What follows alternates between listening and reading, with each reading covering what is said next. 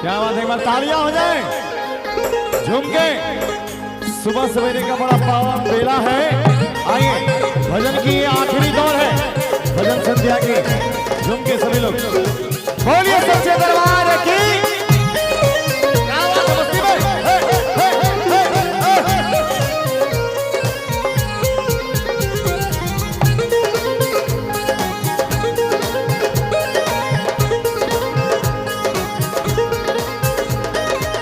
जाता माई के दर्शन तू करे, काहे के लगलू हंसाजे सवारे। जाता माई के दर्शन तू करे, काहे के लगलू हंसाजे सवारे।